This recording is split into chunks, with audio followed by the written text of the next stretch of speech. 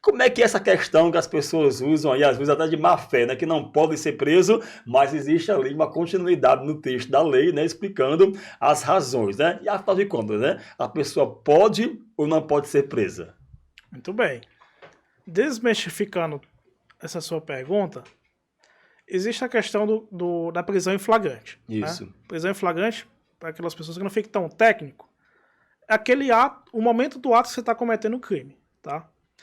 Essa questão de não ser preso são para aquelas pessoas que existe sentença condenatória em aberto que não podem realmente ser presos no período que antecede as eleições. No caso, 72 horas e 48 horas depois. Consequentemente, no dia da eleição também. Então, assim, eu cometi um ato agora. Vamos ser bem grotesco. Eu assassinei uma pessoa. E sou pego naquele ato, então é uma prisão em flagrante. Isso pode.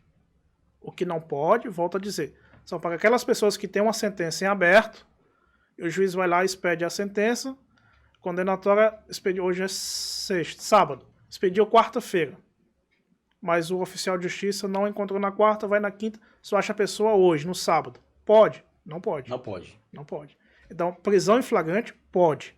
O que não pode são para aquelas sentenças em aberto. O porquê disso?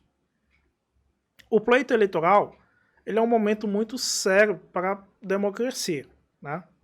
Então, isso surgiu na legislação para evitar que oponentes políticos, com as suas influências, falassem ou popularmente buzinasse na justiça e dissessem, prenda fulano de tal, porque é um voto a menos pra gente. Ou um voto a mais. Então, para Né? evitar esses aproveitadores, né? Para evitar isso e para evitar a lisura das eleições, né, para que todos tenham a oportunidade de exercer o voto, foi criado essas possibilidades da não prisão. Tá? Mas volto a dizer, você não pode sair fazendo tudo aí. Não é aquele Tá? dia que você pode aí fazer o que bem Não, entender que não vai não ser preso, mesmo, não é isso, não né? mesmo. A ideia não é essa, né? Não, a ideia não é essa. Então, se você for pego cometendo um crime em flagrante, você vai ser preso e seguir o processo normal. Tá? Existe um detalhe nessa questão da prisão que é o salvo-conduto. Uhum. Né? Então, assim, trazendo para deixar fazer um comparativo bem tranquilo, muita gente já jogou banco imobiliário, né? Tinha o cartãozinho de sair da prisão, Isso, né? isso, isso. Então, assim, trazendo como exemplo, como é que funciona esse salvo-conduto, que é uma exceção a essa questão da prisão nas eleições. Eu me sinto ameaçado em não poder votar. Determinado candidato está me ameaçando, dizendo que vai tirar minha vida para mim não poder votar. Eu vou na justiça eleitoral e falo, eu não estou conseguindo exercer o meu voto. A justiça eleitoral concede um salvo-conduto. Então eu ando com a cartinha na mão, salvo-conduto. Acontece muito na prática? Muito difícil, mas está na legislação. Então, explicando esse salvo-conduto. Está lá na minha mão, a autoridade me para na rua, eu cometendo algum crime, eu mostro meu salvo-conduto. E aí vai me levar preso. Essa autoridade que está me prendendo, ela está cometendo crime. Por quê? Porque eu estou com salvo-conduto.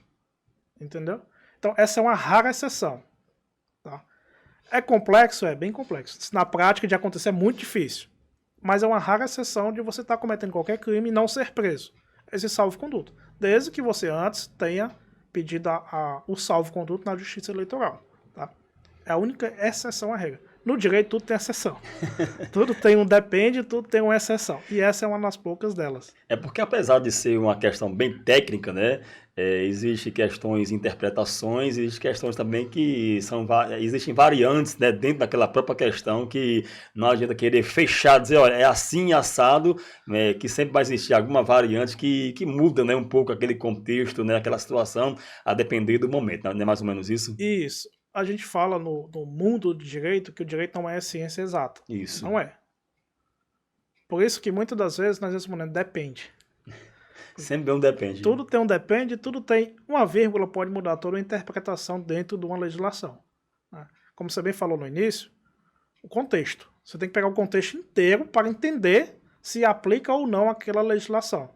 Seja ela eleitoral, penal, que é o nosso assunto que a gente está falando. Então tudo tem um contexto. Tá?